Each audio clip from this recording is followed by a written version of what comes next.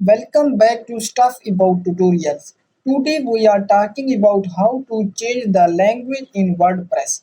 Why would you want to know how to change the language in WordPress? Well, maybe it is your first time using WordPress and not sure how to change the language in WordPress. So today I am going to show you how to change the language in WordPress. Check video description and I will try to leave the written instructions. Changing the language in WordPress is quite simple and easy to do, and the process is same for all devices. Let me show how you will change the language in WordPress.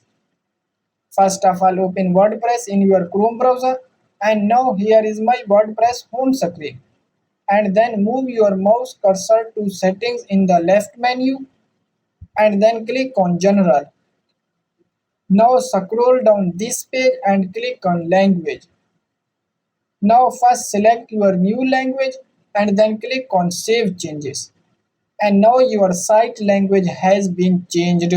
So there you go. If you were wondering how to change the language in WordPress, that is the easiest way I know. If you know another way, please leave a comment below. Be sure to subscribe for more videos.